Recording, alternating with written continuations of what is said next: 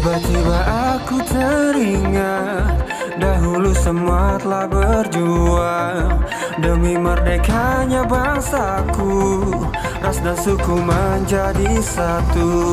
Sekarang ku mengerti, tidaklah sia-sia perjuangan mereka, pahlawan Indonesia.